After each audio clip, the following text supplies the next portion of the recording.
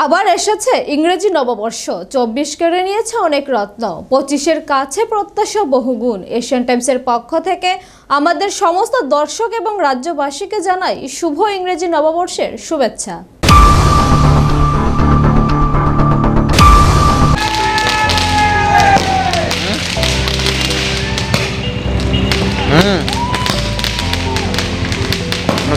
জীবনী গেলে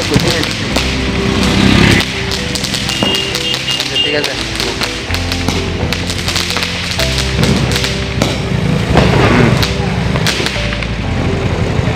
হিমেল হাওয়ার স্পর্শ, পৌষের দেশে আবার এসেছে ইংরেজি নববর্ষ।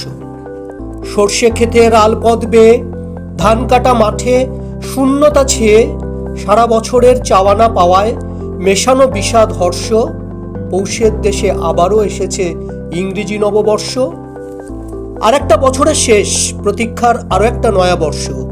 চাওয়া পাওয়া আশা প্রত্যাশার দ্বারে দাঁড়িয়ে সকলের স্মৃতি রোমন্থন করে চলেছে নিশ্চিতভাবেই। দেখতে দেখতে শেষ হয়ে গেল ২০২৪ সাল, এবার উদিত হলো ২০২৫-এর নবসূর্য। বাঙালি জাতি সত্যি ভাগ্যবান, বছরে দুটি নববর্ষ পালনের সুযোগ পায়। একটি স্বধর্মী বাঙালি নববর্ষ, আরেকটি সাহেবদের থেকে ধার করে নেওয়া ইংরেজি নববর্ষ তথা হ্যাপি নিউ ইয়ার। এই বছরের অন্তিম প্রান্তে হিসেব নিকেশ, কি পেলাম আর কি হারালাম। এই বছর দেশ যেমন অনেক কিছু পেয়েছে, তেমনি আবার অনেক রত্নকে হারিয়েছে। আবেগের রাম মন্দিরের সূচনা দিয়ে যেমন ২৪ শুরু হয়েছিল, তেমনি জগৎ জুড়ে খ্যাতিমান অর্থশাস্ত্রবিদ, ভারতের ১০ বছরের সফল প্রধানমন্ত্রী ডক্টর মনমোহন সিংয়ের জীবনাবসানের মধ্য দিয়ে ২৪ যেন তার দিনপঞ্জি শেষ করল। এই বছরে দেশের বুকে ঘটেছে আরও বহু নক্ষত্র পতন। গত জানুয়ারিতে চলে গেলেন ওস্তাদ রশিদ খান। মাত্র ৫৫ বছর বয়সে প্রয়াত হন এই বিখ্যাত সঙ্গীত শিল্পী। ফেব্রুয়ারিতে চলে গেলেন প্রখ্যাত গজল সঙ্গীত শিল্পী তথা পদ্মশ্রী পুরস্কার প্রাপ্ত শিল্পী পঙ্কজ উধাস। চলে গেলেন নক্ষত্রের তালিকায় স্থান করে নেওয়া জগৎখ্যাত শিল্পগোষ্ঠীর চেয়ারম্যান রতন টাটা। রাজনৈতিক অঙ্গনে ঘটেছে নক্ষত্র পতন।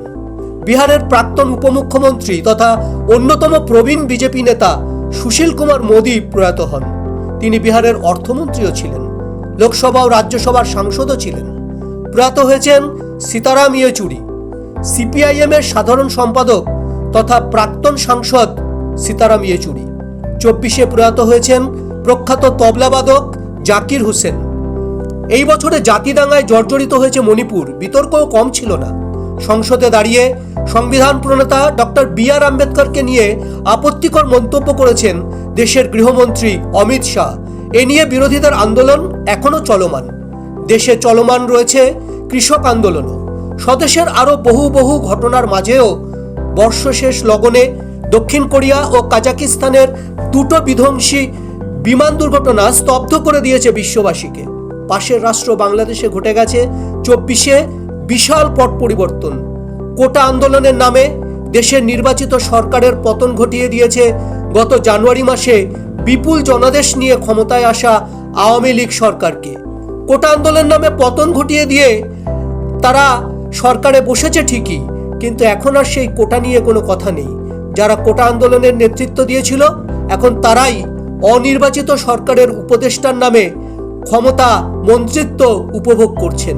নেমে এসেছে সংখ্যালঘুদের উপর প্রতিহিংসার ঝড়। শান্তির জন্য নোবেলজয়ী ডক্টর মোহাম্মদ ইউনিস এখন বাংলাদেশের প্রধানমন্ত্রী তথা উপদেষ্টা, অথচ শান্তি নেই দেশ জুড়ে। চলছে অস্থিরতার বাতাবরণ। এক চরম উৎকণ্ঠার মধ্য দিয়ে অতিবাহিত হচ্ছে সে দেশের সার্বিক আবহ।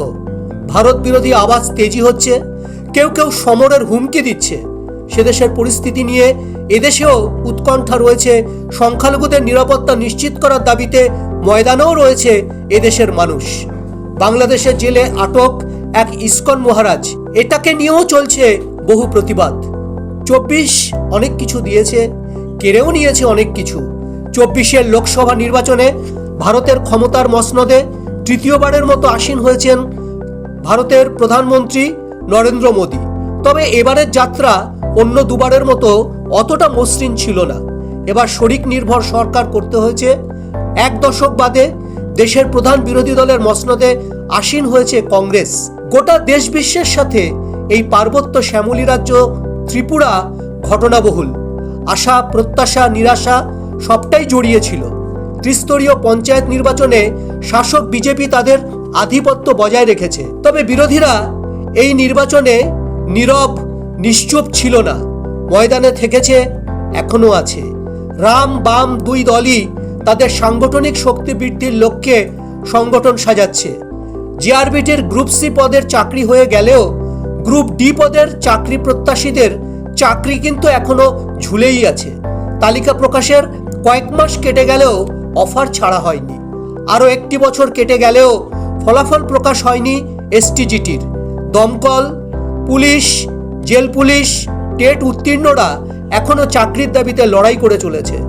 নতুন করে টেট পরীক্ষা নেওয়া হয় স্বাস্থ্য দপ্তরের কর্মী নিয়োগ, পুলিশ এক্সিকিউটিভ পদে, কিন্তু অফার কবে ছাড়া হবে তা সময়ই বলবে।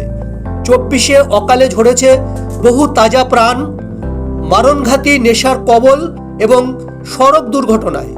বছরের শেষ দিনে আরও একটি খবর এলো। তেলিয়ামুড়ার মুঙ্গিয়াকামিতে ট্রেনের ধাক্কায় আহত হওয়া বন্য হাতির মৃত্যুর ঘটনা। এই হাতিটি বন দপ্তরের ভাষায় টিউমার হাতি নামে পরিচিত। বছরের শেষ লগ্নে বিভিন্ন পর্যটন ক্ষেত্রগুলোতে ছিল পর্যটকদের ভিড়। আবার ঘটেছে দুর্ভাগ্যজনক ঘটনা। রাজ্যের প্রাকৃতিক সৌন্দর্যে ভরপুর জম্পুই পাহাড়ে ঘুরতে এসে কলকাতা থেকে আসা একটি পর্যটক পরিবার গাড়ি দুর্ঘটনায় গুরুতর জখম হয়েছে। ডম্বুর নারকেলকুঞ্জে ঘুরতে গিয়ে নৌকাডুবির ঘটনাও ঘটেছে। বরাত জোরে ফিরে এসেছে 12 জন। আরও বহু বহু ঘটনার সাক্ষী এই রাজ্য। নয়া বছর প্রত্যাশা পূরণে কতটা সঙ্গ দেবে সেটার উত্তর দেবে ভাবিকাল। রাত বাড়ছে, চারিদিকে উচ্চস্বরে বাজছে ডিজে, ফাটছে বাজি, শোনা যাচ্ছে হই হুল্লোড়ের। আনন্দের কমতি নেই, তেমনি অসহায়ের মতো আনন্দ উল্লাস শ্রবণের সংখ্যাও নেহাত কম নয়। নিশি অবসান, ওই পুরাতন বর্ষ হয় গত। মহাকালের অমোঘ নিয়মে ইতিহাসের পাতা থেকে বিদায় নিল আরেকটি বছর। শুরু হচ্ছে ইংরেজি নতুন বর্ষ 2025। আনন্দ বেদনা, সাফল্য ব্যর্থতা, আশা নিরাশা, প্রাপ্তি প্রবঞ্চনার হিসেব নিকেশ পেছনে ফেলে নতুন বছরকে স্বাগত জানাবে সকলেই। আগামী দিনের নতুন স্বপ্নে সোনালী প্রত্যাশার পাখা মেলে। বিশ্বকবি রবীন্দ্রনাথ ঠাকুরের কথায়, বন্ধু হও, শত্রু হও, যেখানে যে কেহ রও, ক্ষমা করো আজিকার মতো, পুরাতন বর্ষের সাথে পুরাতন অপরাধ যত। আমাদেরও প্রত্যাশা পুরনো বছরের যত ব্যর্থতা, বেদনা, হতাশা, নিরাশা এমনি করে ক্ষয় হোক আবর্ত আঘাতে।